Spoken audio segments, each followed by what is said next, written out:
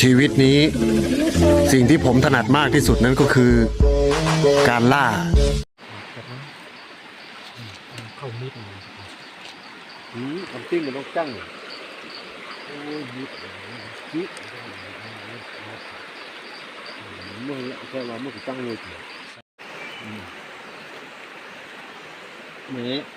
แมนแค่เลื่อยนี่ก็จริงนี่เนาะเด็กเรียนนั้นเด็กเรียนเงยแต่